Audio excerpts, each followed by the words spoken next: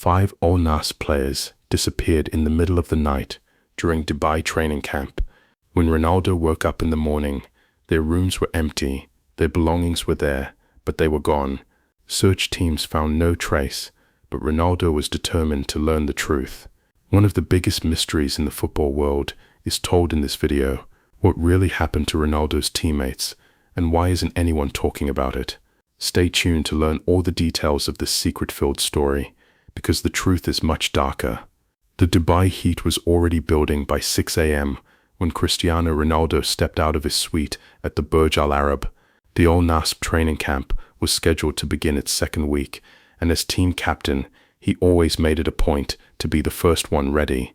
At 41, his discipline hadn't wavered. If anything, the approaching end of his career had made him more meticulous about every detail, every routine, every moment that could give his team an edge. The luxury hotel had become Al Nassr's preferred base for intensive training camps. Dubai offered privacy, world-class facilities, and distance from the constant media pressure in Riyadh. The team had booked an entire floor, with Ronaldo naturally occupying the presidential suite while his teammates shared the surrounding rooms. It was an arrangement that had worked perfectly for the past 3 camps, but something felt different that morning.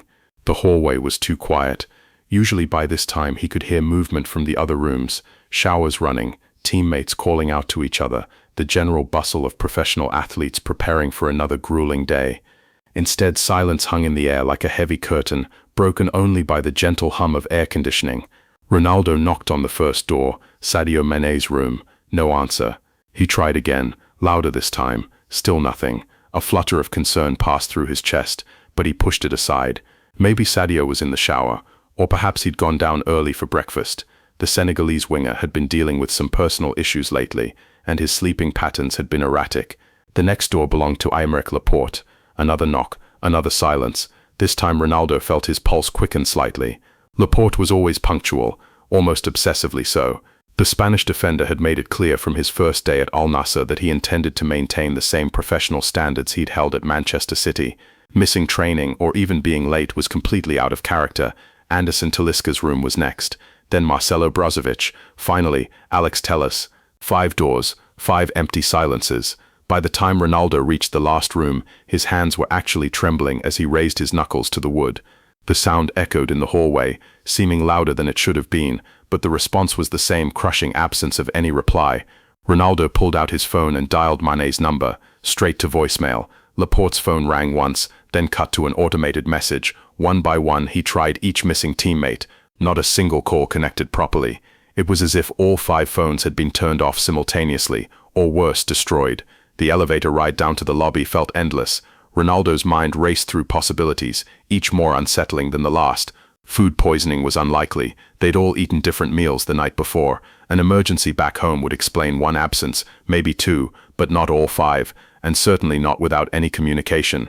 The hotel manager, a polished British man named Davidson, greeted Ronaldo with his usual professional smile, but it faltered when he saw the expression on the footballer's face. Ronaldo explained the situation quickly, trying to keep his voice level despite the growing dread in his stomach. Davidson's reaction was immediate and troubling. He went pale, stammering something about checking the hotel's records. They took the service elevator back up to the Al Nassr floor. Davidson used his master key to open Mané's room first. The door swung open to reveal a space that looked completely normal at first glance. The bed was unmade, clothes were scattered on the floor, toiletries sat on the bathroom counter. But there was something wrong with the scene, something that made Ronaldo's skin crawl. Everything was too perfect, too undisturbed. If Mané had left in a hurry, or even planned departure, there would be signs. A suitcase would be missing, clothes would be gone from hangers, the bathroom would show evidence of packing. Instead, it looked like someone had simply vanished mid-activity, as if they'd been plucked from existence without warning. Laporte's room told the same impossible story. His training gear was laid out for the morning session, his phone charger was still plugged into the wall, and his passport sat on the nightstand. No professional footballer traveled anywhere without their passport, especially not in a foreign country. The Spanish defender's methodical nature was evident in how he'd arranged his belongings, making the absence of the man himself even more jarring. In Talisca's room, they found something that made Davidson audibly gasp. The Brazilian's laptop was open on the desk, still logged into a video call with his family. The call had been running for over 8 hours, the battery somehow still holding charge. On the screen, Ronaldo could see Talisca's young children asleep in their beds back in Brazil. His wife had left several increasingly frantic messages in the chat, asking why he wasn't responding. Brozovic's room contained the most disturbing evidence yet. The Croatian midfielder had apparently been in the middle of writing in a journal when he disappeared. The pen lay uncapped beside an unfinished sentence that read, "Something doesn't feel right about this place. I keep hearing sounds in the walls at night, like scratching," or the sentence ended mid-word, the ink still slightly wet. Alex Teller's room was the last one they checked, and by then Ronaldo's hands were shaking so badly he could barely hold his phone steady as he documented what they found. The Brazilian defender's room looked like the others, perfectly preserved but empty of life. However, tucked under his pillow was a piece of hotel stationery with a hastily scrawled note, "If anything happens to us, check the basement levels. They're not on any hotel maps."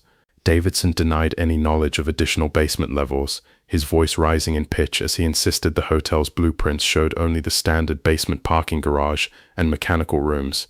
But the way his eyes darted around the room, the slight tremor in his hands as he spoke, told Ronaldo that the manager knew more than he was admitting. The hotel's security office was a cramped space filled with monitors showing feeds from cameras throughout the building. The security chief, a stern-faced Emirati man named Al-Rashid, pulled up the footage from the previous night with obvious reluctance. What they saw made no sense whatsoever.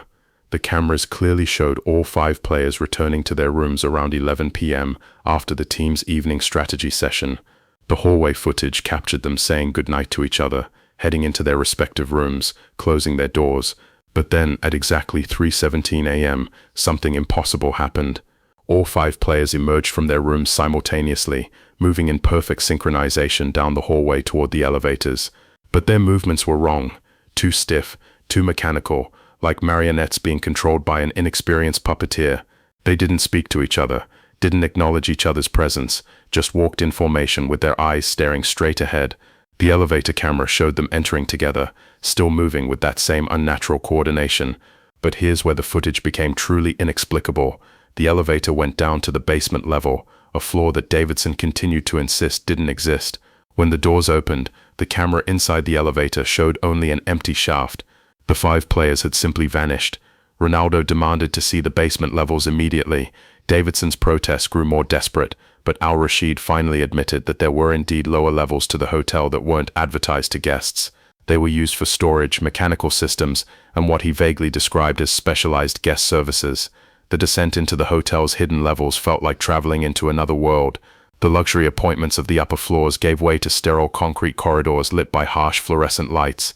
The air was cooler down here, carrying strange chemical odors that made Ronaldo's eyes water. Their footsteps echoed unnaturally, as if the sound was being absorbed and distorted by something in the walls. They passed door after door, all unmarked, all locked. Davidson claimed he didn't have keys to most of them, explaining that different sections were managed by different departments.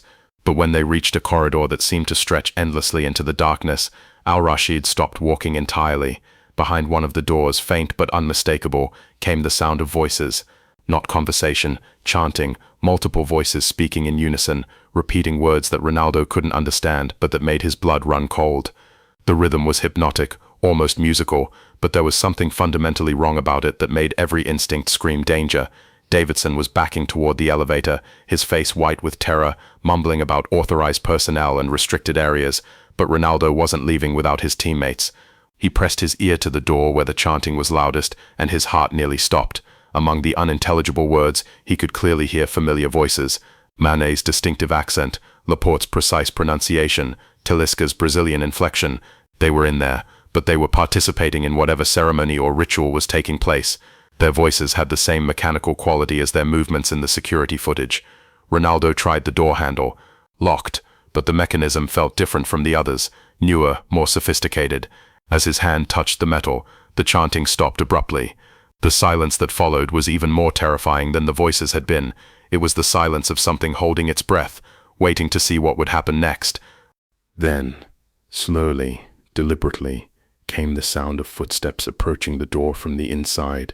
Multiple sets of feet, moving in that same unnatural synchronization they'd seen on the cameras. They were coming closer, and Ronaldo realized with growing horror that whatever was behind that door was aware of their presence. The footsteps stopped directly on the other side of the door. In the complete silence that followed, Ronaldo could hear his own heartbeat thundering in his ears. Then, impossibly, came a gentle knock from inside the room. 3 soft taps, perfectly spaced, like a polite request for entry. Davidson had already fled back to the elevator, and Al-Rashid was backing away rapidly, but Ronaldo stood frozen in place. The knocking came again, more insistent this time. Then a voice, Mane's voice, but wrong somehow, like it was being spoken through water or from a great distance. It said only one word, Captain. Ronaldo didn't sleep that night. He sat in his suite, staring out at the Dubai skyline, while his mind tried to process what he'd witnessed in the hotel's hidden basement. The official story was already being crafted. Davidson had contacted Nassr management, explaining that 5 players had apparently left the hotel during the night for personal reasons and would return shortly. No missing persons reports would be filed, no media would be notified, but Ronaldo knew better. The mechanical way his teammates had moved, the chanting from behind locked doors, that final word spoken in Mane's voice, none of it pointed to a voluntary departure. Something had taken his friends, and the hotel staff were either complicit or too terrified to admit what was really happening in their basement levels. By morning, Ronaldo had made his decision. If the authorities wouldn't help, if the hotel wouldn't cooperate, then he would conduct his own investigation. His teammates were more than just colleagues. They were brothers, men who had trusted him as their captain. He wouldn't abandon them to whatever fate had befallen them in those concrete corridors below. The first step was gathering intelligence. Ronaldo used his status to gain access to the hotel's employment records, claiming he wanted to send personal thank you notes to staff members who had been particularly helpful during their stay. What he discovered made his blood run cold. Over the past 2 years, the Burj Al Arab had experienced an unusual turnover rate among its housekeeping and maintenance staff. Employees would work for a few months, then simply disappear from the payroll without notice. No resignations, no forwarding addresses, no final paychecks collected. When Ronaldo pressed Davidson for explanations, the manager became evasive, muttering about the transient nature of hospitality work in Dubai.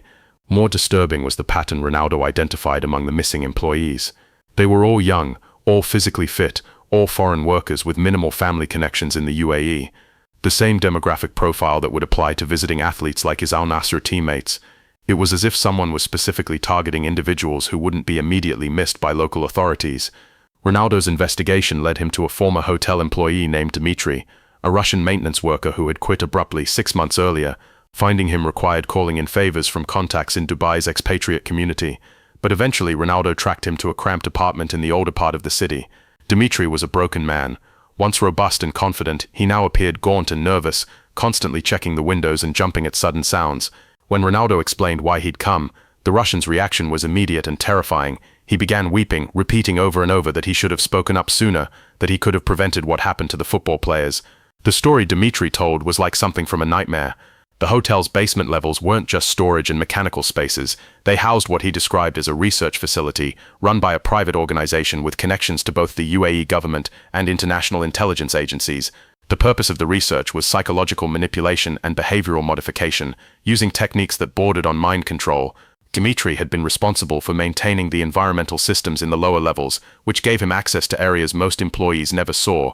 He described laboratories filled with advanced medical equipment, holding cells designed to look like luxury hotel rooms, and observation rooms where researchers monitored subjects through one-way glass.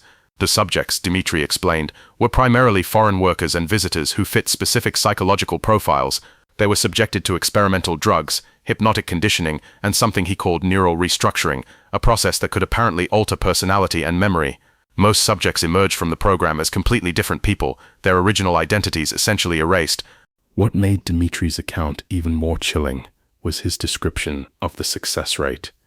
The researchers had apparently perfected their techniques to the point where they could transform almost any individual into a compliant, programmable asset within a matter of weeks. These converted subjects were then deployed for various purposes: espionage, influence operations, or simply as experimental subjects for further research. The football players, Dmitry believed, had been selected because of their high profiles and international connections. Successfully converting famous athletes would demonstrate the program's capabilities to potential clients and provide access to global sports networks. Ronaldo himself had likely been spared only because his disappearance would attract too much international attention. Dimitri provided Ronaldo with hand-drawn maps of the basement levels, including areas that weren't accessible through the main elevators. There were service tunnels, emergency access points, and what appeared to be a completely separate facility connected to the hotel through underground passages. Most importantly, he identified where the converted subjects were likely being held during their integration period. Armed with this intelligence, Ronaldo began planning his rescue mission. He couldn't involve local authorities.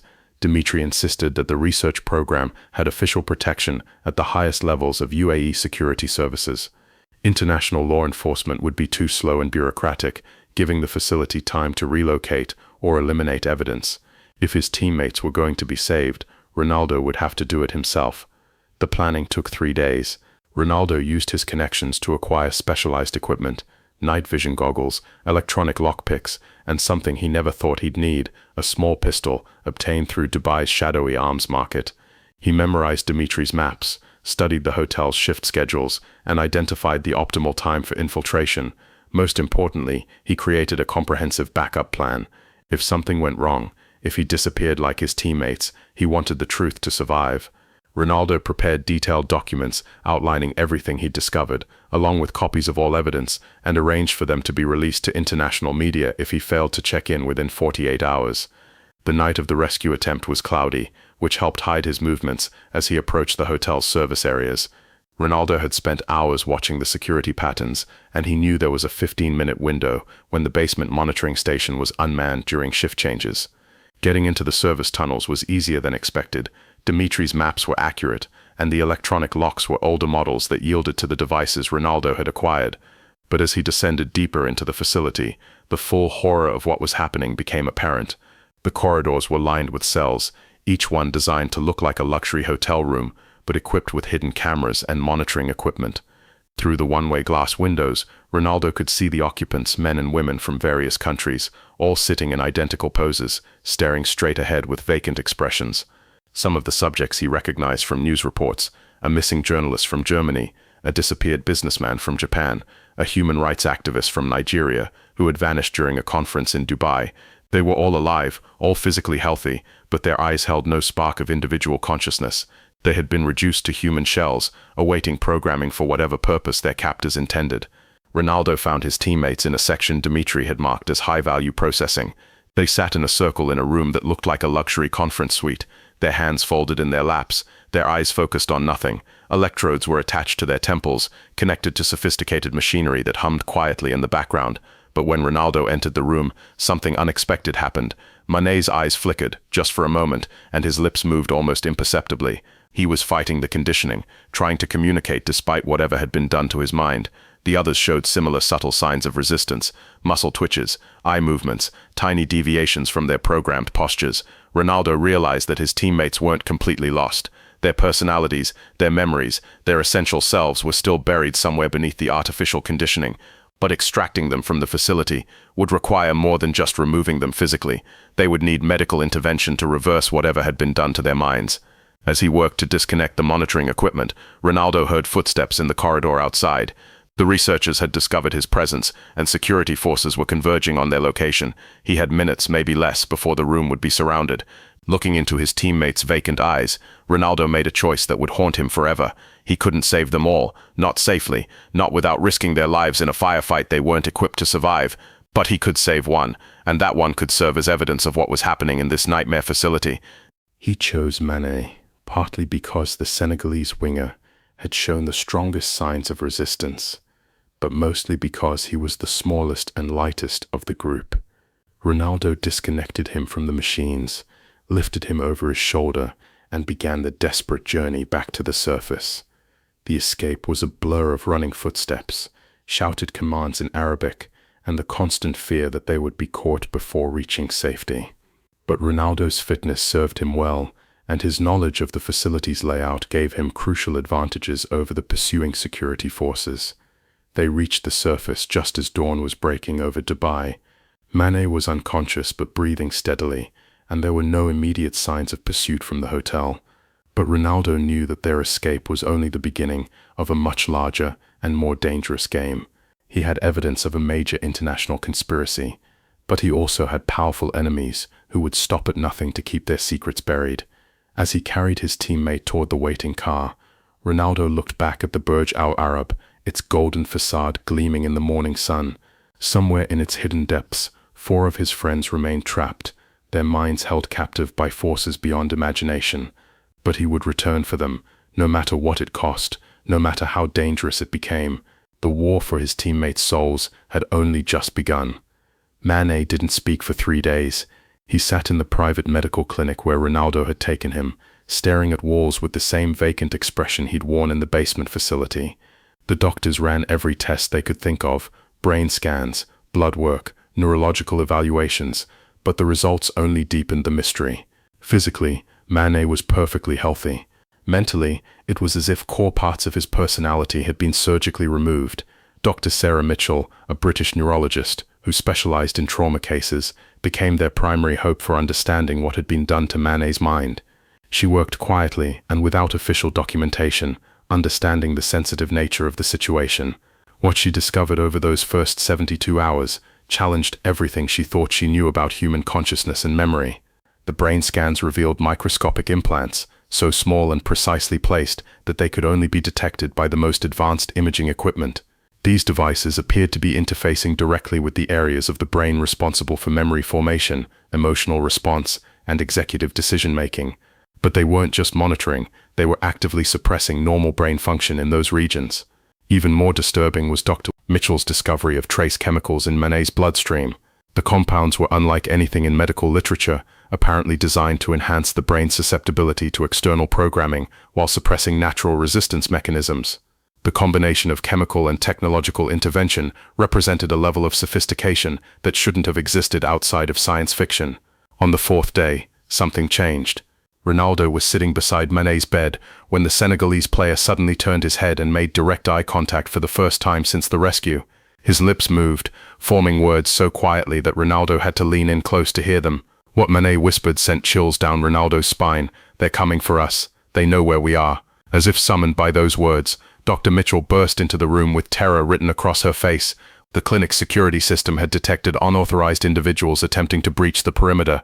Professional teams, equipped with advanced surveillance equipment and what appeared to be military-grade hardware. They weren't local law enforcement. They moved with the precision and equipment of international intelligence operatives. Ronaldo had been preparing for this possibility. He activated the dead man's switch he'd established before attempting the rescue, sending encrypted files containing all his evidence to journalists and human rights organizations around the world.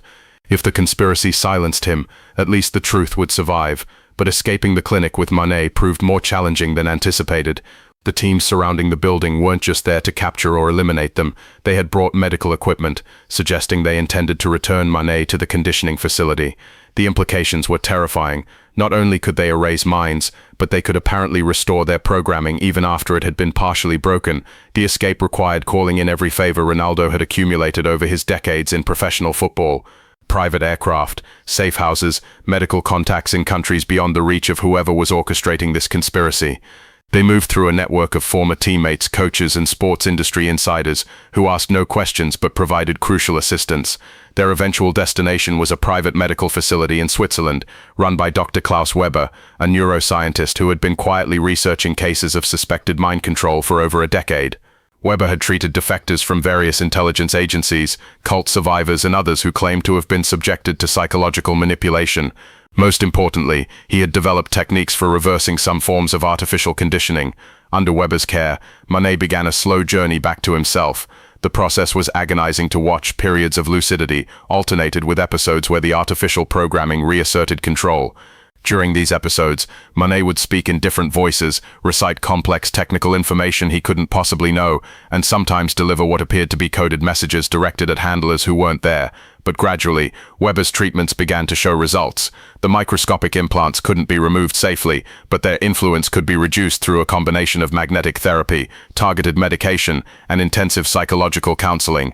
Most importantly, Weber was documenting everything, creating a medical record that could serve as evidence of the conditioning program's existence. Through this process, a horrifying picture emerged of what Mane and the others had endured. The conditioning wasn't just about creating compliant subjects. It was about turning them into sophisticated intelligence assets. The football players had been programmed with languages they'd never studied, technical skills they'd never learned, and detailed knowledge of global sports networks and their security vulnerabilities.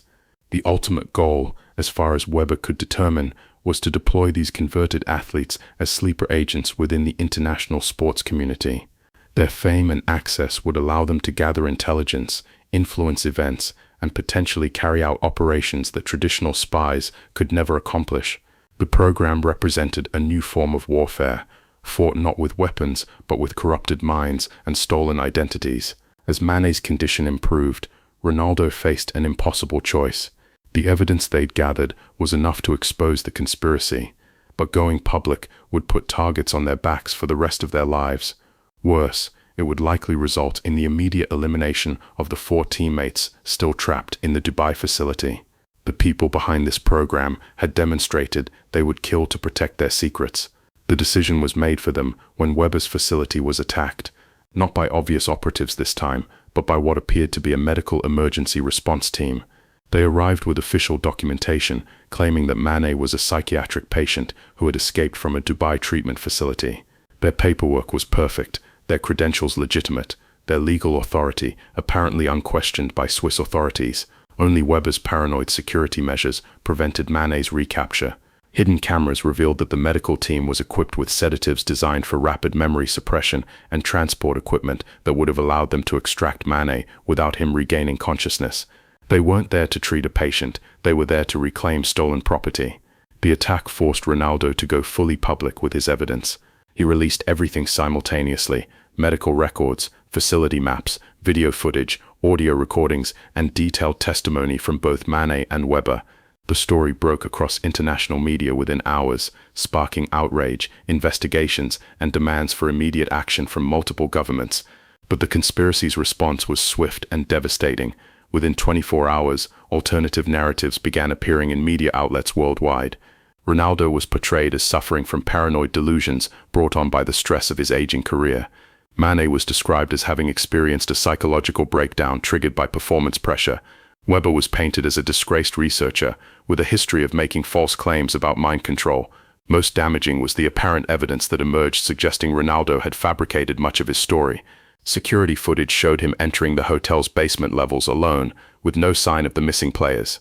Hotel records indicated that all 5 teammates had checked out normally and returned to their home countries. Phone records showed they had been in regular contact with their families throughout the period Ronaldo claimed they were missing. The sophistication of the cover-up was breathtaking. Not only had the conspiracy erased evidence of their crimes, but they had created false evidence that made Ronaldo appear delusional. Medical experts appeared on television explaining how stress and aging could cause paranoid fantasies in professional athletes.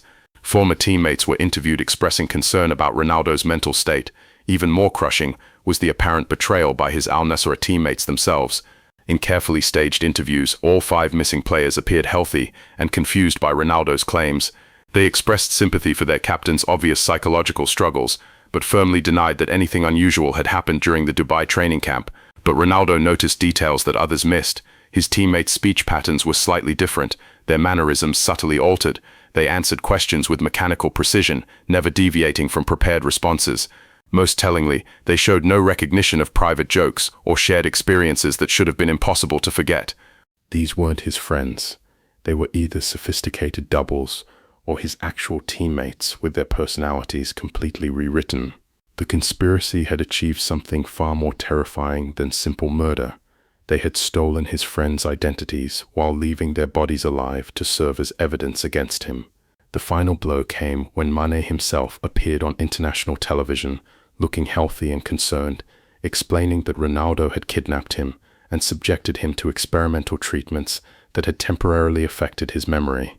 Dr. Weber was arrested on charges of medical malpractice and unlawful detention. The Swiss facility was closed pending investigation. Ronaldo found himself completely isolated. His family began questioning his version of events. His remaining teammates distanced themselves from what appeared to be his psychological breakdown, and Al Nassr quietly suggested he might benefit from extended medical leave. The conspiracy had won not through violence, but through the complete destruction of his credibility. But in the depths of his despair, Ronaldo made a discovery that changed everything. Hidden in Mané's belongings from the Swiss facility was a small device, no larger than a fingernail, that had apparently fallen from one of the microscopic implants during Weber's treatments. The device was still functional, still transmitting data to an unknown receiver. Using this device, Ronaldo was able to trace the conspiracy's communications network. What he found was a global operation far larger than anything he had imagined. The Dubai facility was just one node in a worldwide system of mind control research and deployment. Similar programs were operating in dozens of countries, targeting everyone from political leaders to media figures to ordinary citizens. The people behind it weren't just intelligence agencies or criminal organizations. They were a coalition of interests spanning multiple governments, corporations, and shadowy groups whose ultimate goals remained unclear. But their methods were consistent: identify targets with access or influence, capture them through seemingly routine activities, replace their personalities with programmable alternatives, and deploy them to achieve objectives that traditional power structures couldn't accomplish. Ronaldo realized that his teammates were lost forever, not dead, but transformed into something that wore their faces while serving alien purposes. The men he had known, laughed with, and led as captain were gone as surely as if they had been murdered. In some ways, their fate was worse than death, because their bodies remained as living monuments to his failure to protect them. But he also understood that his story was far from over. The device he'd recovered was still transmitting, which meant the conspiracy didn't know he had it. For the first time since this nightmare began, Ronaldo had an advantage: the ability to monitor his enemies while they believed him to be completely defeated. As he sat alone in a safe house in an undisclosed location, watching the sunset through bulletproof glass, Ronaldo made a vow. He would continue fighting, not to save his teammates, that was no longer possible, but to prevent this horror from claiming other victims.